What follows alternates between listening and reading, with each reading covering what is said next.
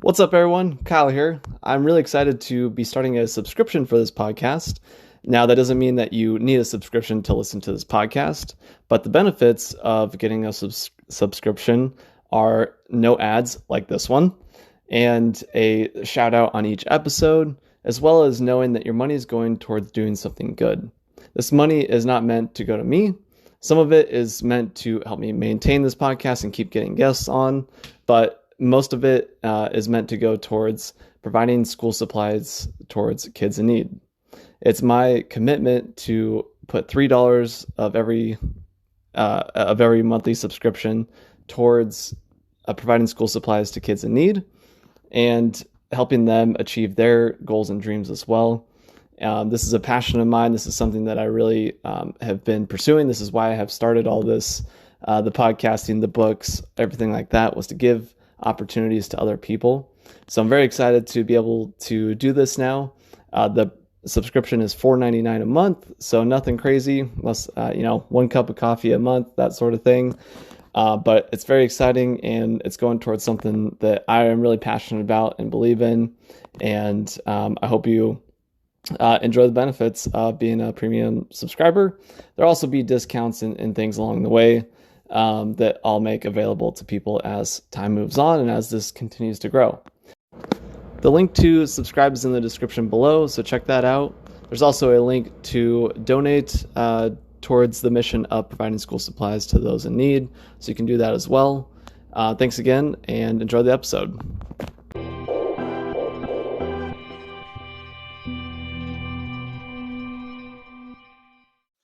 All right, welcome everyone. This is Our Travel Experiences. I'm your host, Kyle Rasmussen, and today I'm with my partner in crime on this Everest Base Camp trek, Shannon. Shannon, how are you today? Good, thank you. Are you excited to be done with the trek here? I am. It's been a long 2 weeks for sure, but I think we were just talking about we had perfect weather, and I can't complain about the trip at all. Yeah, it was beautiful. It was mostly sunny almost every day, except for in the afternoons, the clouds would roll in. But yeah, great weather. Yeah, it was just amazing. And, we suffered through some of the pain together and the cold nights and everything. But, now that we finished just about an hour ago, what are your kind of initial thoughts on the trip? Way different than I think I thought in my mind how it would be. Some parts a lot harder than I thought, parts easier, but just so incredibly beautiful and amazing to be at elevation and look up and still see higher mountains at bigger elevation than what you think. Yeah, that was, the whole time you're just like, you already know that you're so high up, and then you look up and it's so much higher, and then you realize there's even higher mountains than that. It's pretty wild to see. What did you find was harder, and what was easier than what you expected? I think the cold. I think I wasn't really prepared to just wake up every day and just be cold. Yeah. Obviously I'd get hot as we started moving, which was nice. I think that really helped as you moved along, you got warmer. Yeah. And then I think I was worried that I wasn't as well prepared physically for it, or maybe a little bit mentally, but I found that I was ready. And so I was happy. That made it easier to know that I had the preparation behind me coming into it. So. Yeah. Well, you crushed it. You were never far behind me, and yeah. we were hiking a lot faster than most people out there. So yeah. But yeah, we were just kind of talking beforehand, like, these hills here at the end when we're at 9,000 feet were so much easier now than the hills that we had at 17,000 feet. Yeah, for sure. Yeah, it's amazing how much stronger you feel on the back end coming on the way back. So yeah, for sure. Well, what'd you think about the tea houses along the way? Some were nicer than others, Yeah. obviously, but the higher you get, when you see people carrying the construction materials on their backs up there, you realize they just build them how they can. Yeah. I was always happy to see a sit-down toilet, for sure. But, you know, the people were always friendly, and I think they're well run. And for what you're working with, I thought every place was pretty enjoyable. So yeah, I thought the hospitality was really, really incredible, and even all the way up at Gorik Shep, where you're, at 17,000 feet, those people are still, they're still working hard, and they're doing everything they can to make it comfortable for you. And I think that really helps make the trip better. You're not just, left out to suffer on your own necessarily. Yeah, for sure. Yeah. Yeah, they're the hardest working people I've ever seen in my life, given their circumstances of where they're located and what they have to work with. I was like, never feel sorry for myself again. Yeah.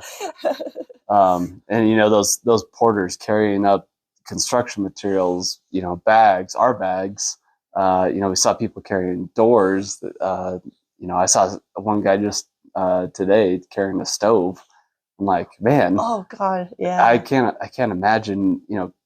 These are steep hills that they're carrying this up. Those guys are amazing. Yeah. I wasn't even carrying my own gear, and I just can't even imagine what they're carrying weight wise, and just make it look so easy. Yeah, and they're so quick. They're going up these steep mountains too, and they're never far behind us either. Yeah, for sure. Yeah, it's wild. If you ever want to really challenge yourself, you should come try to be a porter here in the mountains of Nepal. That is a hard living for sure. Yeah, definitely. Especially seeing them carry big packages and boxes of stuff and all the goods and everything. It was pretty incredible. Yeah, insane. What'd you think about the food along the way?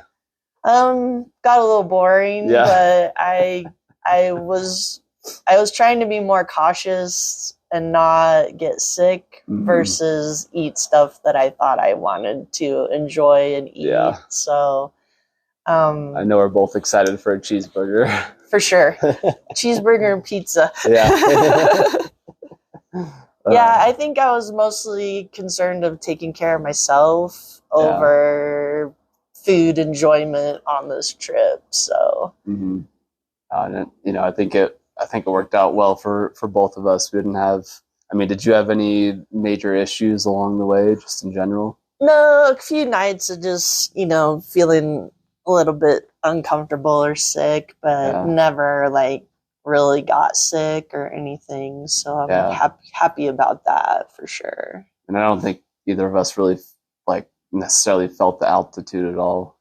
No, most every day. I think my biggest thing was a couple nights lack of sleep made me tired, but for the most part, I felt pretty good and pretty confident every day. So. Yeah. How'd your mindset kind of change? Because we're sitting right now in the place where we started this trek. What were your thoughts then on that first day, and how have they changed now that we're back here? I think I was scared the first day. I was glad that we had Donna with us to kind of break us in a little bit on how things would work and different things like at the tea houses and stuff.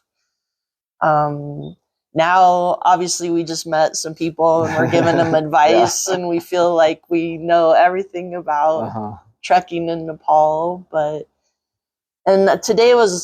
I think today was really special because we were out early and we were on our own. And so it was just a fantastic last day to just hear the river, hear the birds, and just meditate on everything that we had just accomplished and experienced. So I thought that was amazing. That's what I was thinking too. It was just a very peaceful, meditative morning, just reflect on the last 2 weeks and just enjoy the last, couple miles of this long journey that we were on.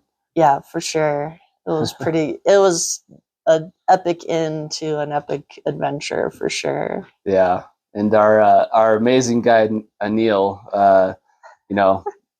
he was a huge help. I really enjoyed trekking with him. What'd you think of Emil? I thought he was fantastic. He's sitting over here Yep. right now. He has this evil smile that the wheels are turning in his mind. No, he's great. He just, he was there for us, guided us,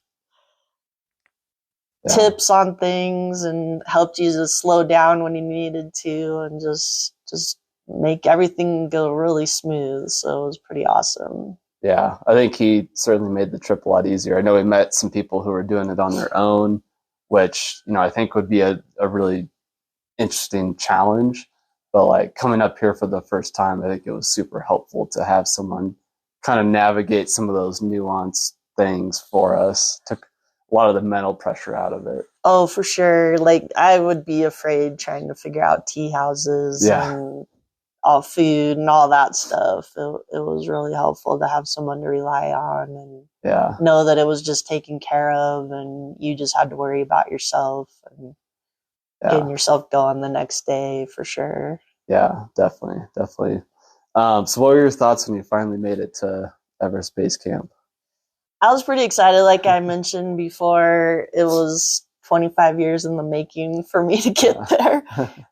Ever since I'd climbed Mount Rainier and was doing mountaineering and stuff in Washington, it was just kind of a goal that was there for me. Mm-hmm. And finally just decided to quit putting it on the back burner. You don't know what's going to happen in life, and just make it happen. And so it was just incredible to me. And it was nice that, there was like 5-6 of us up there, and we could just take it in and enjoy the experience. And so it was just beautiful sunny weather, and just see everything and just really feel like, wow, what an accomplishment to make for, the things that you want to do in your life, make them happen. So no, it was really cool to kind of have the place to ourselves almost there. So was it, you said you climbed Mount Rainier. Was that when you really decided, like, I want to go to Everest Base Camp at some point, or did you? Yeah, I started mountaineering. I was just climbing all the peaks in Washington, and I'd love to climb Everest. I don't think that would ever happen, but it was just kind of an attainable goal that, to be able to do it and see it and just feel a little bit a part of it. So I mean, there's not all that many people who can say that they've been there to base camp. So that's, it's a pretty incredible accomplishment for sure. What were some of the other highlights along the journey for you? I think like Gokyo Lake was just beautiful. Just the scenery is just incredible. Even tree line versus not tree line, and just looking up at mountains everywhere, and just, I think, pushing yourself, just knowing how high in elevation that you're climbing, and then reaching that goal, and then just looking around and seeing everything even higher. And, it was kind of, our trip was laid out, and I was a little apprehensive. Should I do the extra, the Gokyo Ri? Should I do Kalapatar? And just doing them and reaching that goal was pretty amazing. Those two were pretty tough climbs. Yeah, for I would sure. say. You're going straight up from 16,000 feet to almost 18,000 feet. You're going up 2,000 feet in a mile, basically. Yeah. So it's straight up. It's pretty brutal. Yeah. But I mean, I'm sure you felt really, really accomplished getting to the top of that. Yeah, it was really, really neat. So yeah, and especially like to do Everest Base Camp and then turn around and do something as hard, super hard again in the same day. I don't know. I like pushing myself like that. So it was pretty good. So does this journey inspire you to do any other major challenges, like go to a different base camp or explore somewhere else? Yeah, I mean, we met a lot of people talking about the Annapurna circuit. I've kind of had maybe Kilimanjaro in the Oh back of my yeah. mind. There's one more peak in Washington that I've not done, Glacier Peak. Okay. And so maybe get that one knocked off the list and just, I don't know, it's endless possibilities. Yeah. So just start writing them down and Uh-huh. knocking them off. Does accomplishing this journey, does it give you more confidence to challenge yourself more, to push yourself more? Yeah, I think so. I think it was a good starting line to just know that, I mean, I've done a lot of things and I Yeah. don't always give myself credit for the things that I have accomplished. Yeah. And so this just one more notch on the, you Mhm. can do really hard things if you put your mind to it and just Yeah. plan and prepare. Yeah. No, I think it's a great, like, when something gets tough, you can just reflect on, hey, I just climbed to 18,000 feet and Kalapatar. I went to Everest Base Camp. Like, I can do whatever this challenge is. I can deal with it. Yeah, for sure. For sure. And what did you think about the helicopter ride? I know. Oh, that was awesome. I got so lucky to be in the front because it was really cool. Yeah, you but got a great view. yeah, that was great. It was beautiful to just see the countryside and the little villages and, great flight. We didn't have any issues and it was sunny and nice and you could just see for miles. So that was really cool. Yeah. And I know, so we're close here to the airport here in Lukla, watching some of the flights go in and out. I think I'm glad that we took a helicopter and not one of these planes. I think so. Yeah, seeing that teeny tiny short runway. Yeah, and it's on a huge slope. Yeah. That might get the heart pounding a little bit. Yeah, for sure. Yeah. So, and I mean, after these 2 weeks, I guess what were some low points that you faced? Because I know we talked about the high points, and then how were you able to overcome them? I think the hardest thing was not realizing that I should have worn a neck gaiter and getting the Kumbu cough. And so that was a little frustrating. It was just coughing all the time and all night and not getting sleep. But what are you going to do? You got to get up and put one foot in front of the other and head out the door to get to your next destination. So I think that's, the biggest thing was day after day, just mentally knowing that you had to get up and do it. I know. There's the Kubu cough, which everyone had. Yeah. Like 90% of the people that we met were coughing along the way, which was fun to be in the little tiny tea houses with everyone. Yeah, for sure. Lots of germs being spread. But yeah, I mean, I think you mentioned it was like Groundhog Day. Every day we would get up, do the same thing. I think a lot of days we had the same breakfast too. Yeah. Sometimes the same thing for dinner. Like it got kind of repetitive. So how'd you kind of deal with the mental challenge of that? I don't know, just knowing that I wanted to finish it, wanted to finish strong, do it.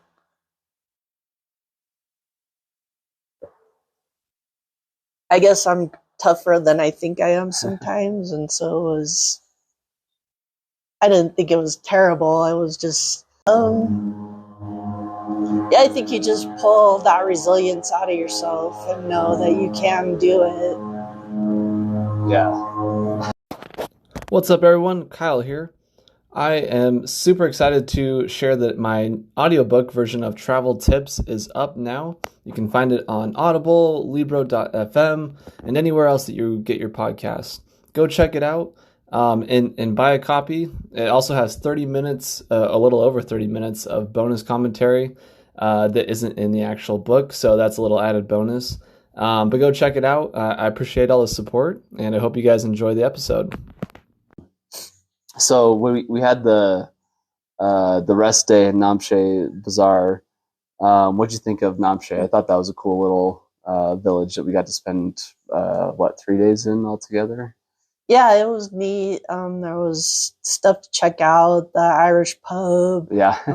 Got my hair washed, which was really nice. Do a little shopping. It's just amazing to look out on a hill and see all the tea houses and how beautiful it is, and the scenery. Yeah, it's amazing. They got everything up there. Yeah, they got everything up there. I saw a dentist office. I mean, they had, barbershop, salon. They had bars, restaurants. Like, they had everything that you needed there, which was pretty wild to see it. A little over 11,000 feet on the side of a cliff. Yeah, and it's like the hub for everyone going everywhere. Yeah. You just a mix of all the people getting ready to head out or come back. And yeah, no, it's definitely a meeting point. I know we had a lot of traffic yesterday coming out of there. Yeah. And I think there was a lot of traffic going up too, from what I remember. It seems like so long ago that we started this journey. I know. It's like an eternity ago. Yeah. And then, after that, we started climbing higher up into the mountains.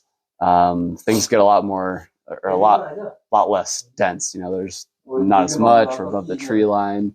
What was it like seeing kind of the change from tree line to no tree line?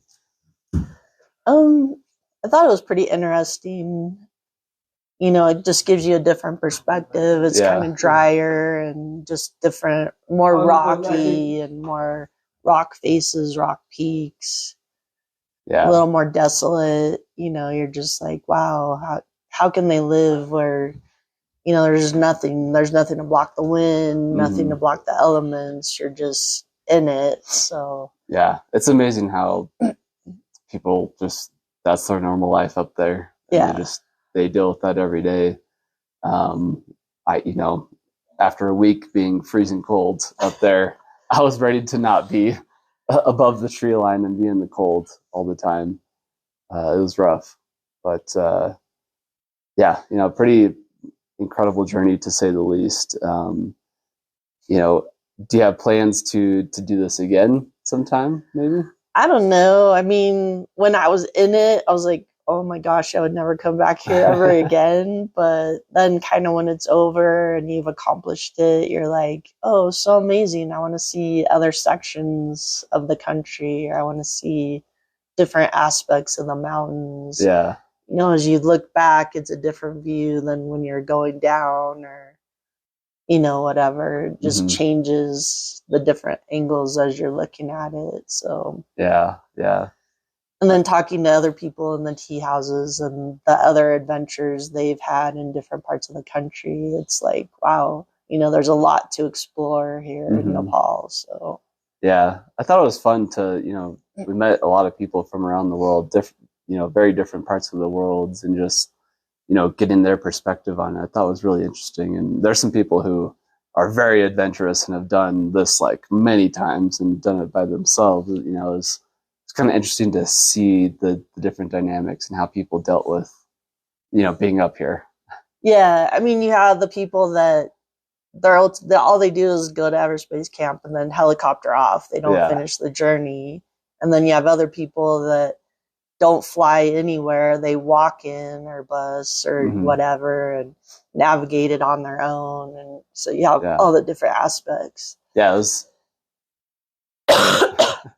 it was a wide range of people for sure. And I think we were both thinking, there's some people that might have a tougher time than others, but I thought it was pretty amazing to see people from all walks of life up here, trying to make this dream happen. Yeah, for sure. Even like that family that we met at Gorkshep with two tiny little kids, a 6-year-old carrying his own backpack to Everest Base Camp. And you're just like, really? Yeah. That's how you're spending your vacation? Yeah, that was insane. Well, they had a 3-year-old and a 6-year-old. Yep. And they had been going for 2 weeks. Their next day was to go to base camp. The 6-year-old was doing it on his own, carrying his own stuff. And they were carrying the 3-year-old, which was incredible. I couldn't imagine being a parent doing that for that long in those conditions. But then, as a 6-year-old to be okay with that, Yeah. I mean, incredible. That's inspiring. Yeah, they were, I mean, even in the snow, they put on their little snowsuits and headed out to go up Kalapatar halfway to see the sunset. I was like, holy crap. Yeah. That's that's amazing. That's going to be some tough kids for sure. Yeah.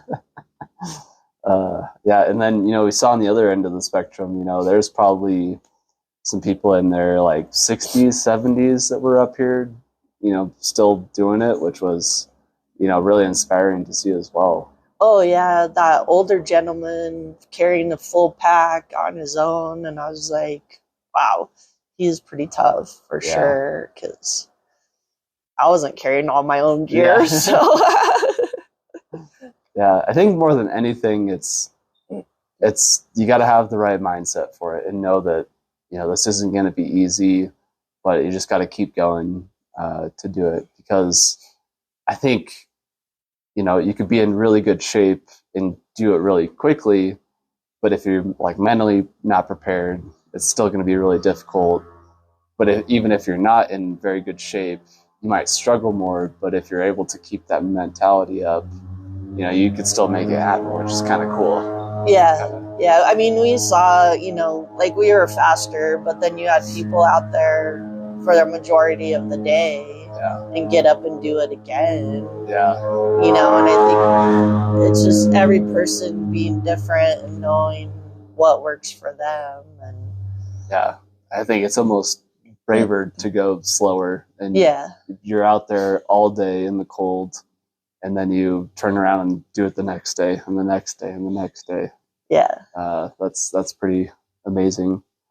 What other thoughts, highlights did you have during the trip?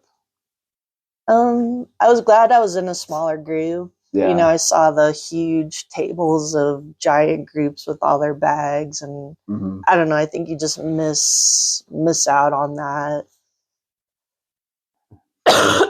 I'm kind of a people watcher, so I enjoyed sitting in the tea houses and just listening to conversations and seeing how people got through it or interacted.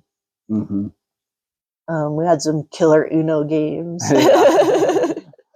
Still thinking Neil was cheating over there. Yeah, it was just, I don't know, it was just an amazing experience. You just take in all the different little pieces and process them. And yeah, for sure. I think it changes your perspective on your life and how you live. And you just had, like, I didn't have earbuds, I didn't have whatever. I was just listening to the sounds and my thoughts and enjoying the time. So yeah, we got to spend a lot of time just kind of hanging out, since we were so quick to get to places. So a lot of downtime to rest and just kind of take in and reflect, which I think was really nice too. Yeah. What advice would you have for anyone looking to come do the Everest Base Camp trek, or do the 3 passes, or go to Gokyo? For sure, wear neck gaiters so that you don't get the Kumbu cough, or at least minimize it. Definitely spend the time before you come getting your body ready, because it takes a lot. I was like, I wish I would have spent more time in the gym doing legs for sure. And just be prepared for the cold. I mean, have a good sleeping bag, have good jackets, and then just know yourself, kind of know, do you get hot? Do you get cold? What do you need? Yeah. No, I think especially up here, it's really important that you know your body and know how you're supposed to feel, because that altitude sickness, I think, can come pretty quick, or something could get off really quick. And if you're in the middle of nowhere up here, things could become pretty difficult really quickly. Yeah, I think you really have to be smart about what you're doing, and maybe not order all the things that you think you want to order. And just sanitation and just Yeah. be smart about sanitizing your hands and Mhm. looking out for yourself so that you can finish the adventure. Yeah. I think probably both of us, yeah, at least for me, I didn't need a lot of the things that I brought. I think looking back, my advice would be to bring less stuff. I totally agree. I mean, Donna kind of gave us ideas, and I Yeah. wish I would have had her edit my gear Mhm. because I think I did. I think I could have gotten away with a lot less stuff than I brought for sure. Yeah. I felt bad having the porter carry it, and I was like, I didn't use a bunch of stuff in that bag. Yeah, definitely. But yeah, those guys were amazing. They were a huge help. And not just carrying the bags too. I mean, they were helping us navigate the tea houses a little bit. And I know one of them hiked with you to Kalapatar. Yeah, Nima helped me get up Kalapatar and was my professional photographer at the top for me. So he was awesome. No, they were great. And then I got to ask, we saw the yak trains, the donkey trains, all that. What were your thoughts on those? At first, I was a little bit scared, Yeah. and Donna had always said, "Go to the uphill side so you don't get knocked off." And then, like by the end, I'm like, I'm running by them and figuring out the timing and everything. And so, it's amazing to me that they just follow each other. Yeah, and they're pretty docile. I mean, that's what they do, and they're not even worried about you. They're just looking for food and moving on down the trail. And it was really neat to see. I'm like, I thought it was one of the coolest things that we saw. Yeah, no, and they're carrying lots of stuff too, and I mean, those are steep hills that we're going up and down. Like, it's impressive that they're pretty sure-footed too. Yeah, and rocky stairs and whatever incline or trail we were on, they were navigating it like no problem. Mm-hmm. Yeah, it's I don't know. I thought it was really cool to just kind of see how life works up here in the Himalayas. It's a lot different than living in Yakima in the U.S. Like, very different kind of life for sure. Yeah. Yep, I totally think that we take for granted all the comforts that we have, that you have running water, that you have heat in your house, that you can take a shower. You could take a shower, that, they have a super, super hard life. And once you experience that, I think you appreciate more all the things that you have the opportunity to just have as a daily convenience. Mm-hmm.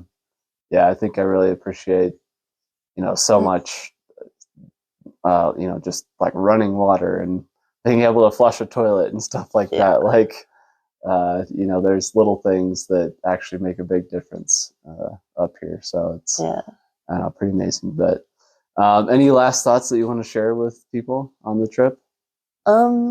Just that it was amazing. The people are amazing.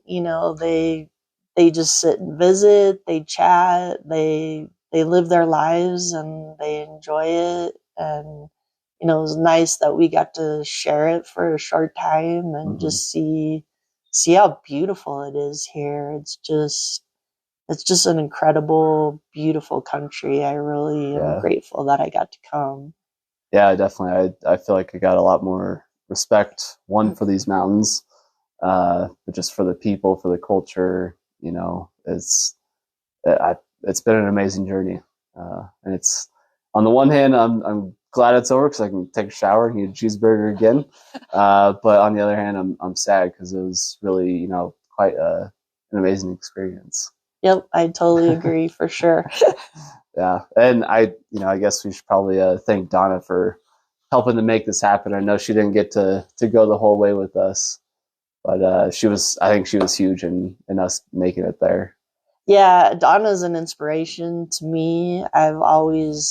Just her track racing, all the adventures she's done. I'm just glad that she's been a part of my life because she's really inspired me to challenge myself and know that I can do amazing things the same that she does as well. So yeah, she was awesome. I'm really grateful for her giving us the opportunity to make it happen, and excited to see her again tomorrow. Yeah, for sure. All right, Shannon. Well, thank you so much. It's been a great 2 weeks with you. I know we got a couple more days together, but really enjoyed going on this journey with you and just experiencing the Himalayas of Nepal with you. Yeah, same here. It's been enjoyable to get to know you and have a partner in pain. Yeah. I think it was nice to have someone else there that was going through the same thing. I feel like it might be really hard going alone. Yeah, I agree for sure. Yeah. Well, thanks again, and I look forward to seeing you somewhere around the world soon. Okay, sounds great. All right. Bye, everyone.